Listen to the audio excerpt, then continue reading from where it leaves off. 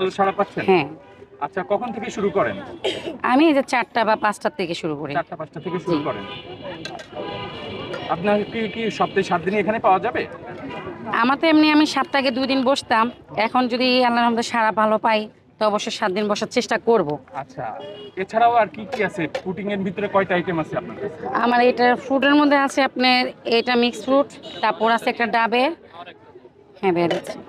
তারপর আছে আপনার ডাবের, আর একটা নতুন আইটেম করছি ডাবের নারকেল দিয়ে দুধ দিয়ে মিক্স করে একটা জেলি বানিয়ে তারপরে এটা ডাবের পানি দিয়ে জমিয়েছি। আচ্ছা, ওইটা বলা যায় আর কি দুধের আর কি পুটিং, আচ্ছা।